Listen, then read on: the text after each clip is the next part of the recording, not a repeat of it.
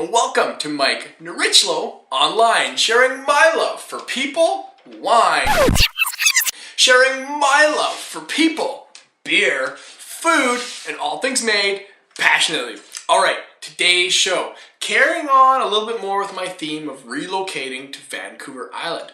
Now, if you missed the last few episodes, we talked a lot about the wines that the island and the surrounding area have to offer and the really neat up-and-coming wine scene. Talked about a few of the cheeses from the area too. Super excited about what's going on here. Now, it would be, how do I put it? It would be absurd. It would be absolutely absurd of me if I'm doing kind of a theme of Vancouver Island, Victoria especially. I'm going to say this one more time. It would be absurd of me not to mention the craft brew scene here on the island, and like I said, more specifically in Victoria. The craft brew scene here is, what's a good word to describe it? It's epic. There's little craft breweries everywhere. Little craft breweries and great little craft brew pubs popping up everywhere as well. Well, not just popping up, there's long time established ones that have been here for a long time, and they all are making really fantastic products. Like I mentioned in my intro, passion-driven products. The people making these are passionate about brewing beer, so it really comes through in the products they have to offer. The two that I have for you today are examples of just that. So, we're turning the corner into fall. The leaves are just starting to turn. We can feel that crispness in the air. I love this time of year, to be honest. The aromas are that much brighter. You can start smelling that winter's around the corner. You get to wear sweaters again and be a bit more cozy. It's a fun time of year. Not to mention grape harvest is just around the corner. Still talking wine a little bit. Anyway, because of these things, I've chosen two dark beers for you today. This time of year, I like to start pulling out the dark beers. They're just great for this time of year. So let's get right into a couple of them. The first one I've got today comes from Hoyne Brewing Co. This is their Dark Matter, appropriately named for a dark beer. First thing I want to say about Hoyne. Every one of their beers has very, very, how do you put it, unique packaging. Their labels have a consistency to them, which is really neat. You can check them all out on their website, hoynebrewing.com or .ca. I'll have the links for both of these below the video for you to check out. But each of their labels are very unique. They've got this unique kind of, I don't know if it's an independent artist doing them or what it is, but they've got really unique labels that are very interesting. Kind of makes them stand out, makes you almost really want to purchase the beers just for the labeling. Also, they make good beer behind the packaging. That's enough about the packaging. Sean Hoyne is the brewmaster at Hoyne Brewing. Convenient last name, it's catchy, works really well for a title for a beer. Sean Hoyne, he's a little bit of a well-known master brewer from the area. I would say he comes across, I met him the other day with a friend of mine popping in there. He comes across as a humble guy who just really likes making good beer. But his reputation precedes him a little bit. He helped out alongside another master brewer who he respects very well.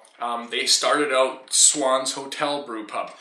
After that, he transitioned into Canoe Brew Pub, and he worked there for 13 years, really establishing their reputation for their beers. And they make, both Swans and Canoe make fantastic products and are wicked places to stop in for a meal. Both have, well, Swans is classic. Canoe has a patio to be sought after. Make sure you check out Canoe Brew Pub if you're in the area. They have an epic patio. Anyway, that's Sean's background. Canoe Brew Pub was there for 13 years, and now he's gone off starting his own venture, Hoyne Brewing. And I've tasted through all their products. It was actually hard for me to pick one to do this episode on, but I wanted to do dark beers, so I chose this one. They make some really good products. So I think I've really just tooted your horn for you there, Sean. Keep up what you're doing. So the first beer, their Dark Matter. Beautiful aromas. It's got that really nice maltiness to it, that frosted malt, almost like those ones you have the wooden spoon with. I get a nice nuttiness off of it. Very subtle nuttiness. One thing I'd like to point out, it's got a really interesting, almost fruitiness to it. Now when I say fruity, I don't mean like apple, banana, or anything like that. I more mean like it's got like a fresh fig aroma coming through. Like a dark, fresh fig. Yeah, dark, fresh fig. Really neat. And I get a bit of almost a ginger snap or gingerbread cookie sort of thing. Kind of that molassesy character.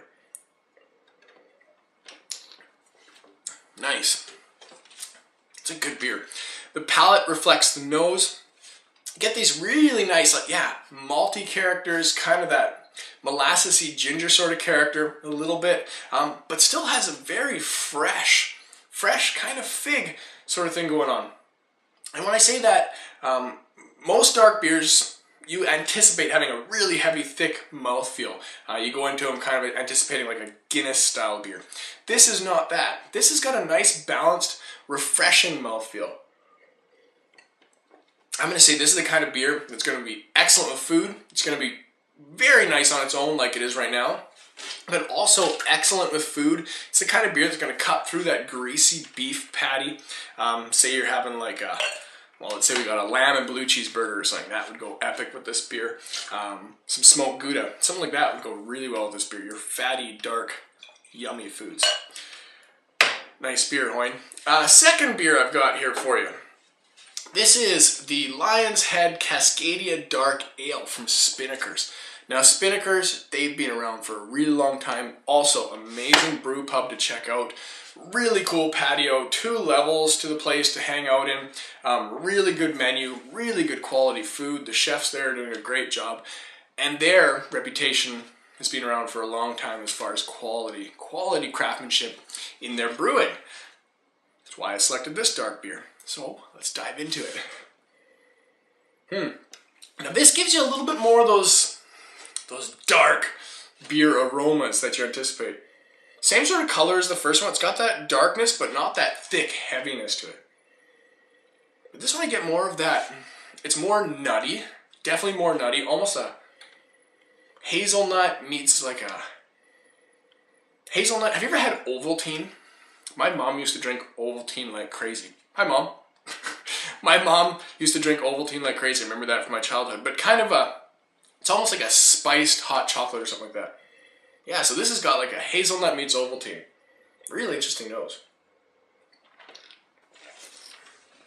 Whew. Wow. On the palate. The palate is different than the nose on this one. I mean, they reflect each other, but the mouthfeel. This has got like a dark, ashy, tobacco-y flavor to it. Really interesting. This is the beer that this is the beer that you pair with a cigar. Really interesting. Yeah, it's got that ashy, slightly drying, tobacco-y character to it. Again, alongside that nuttiness, nuttiness, and kind of that, again, still that Ovaltine, sort of spiced cocoa sort of thing going on.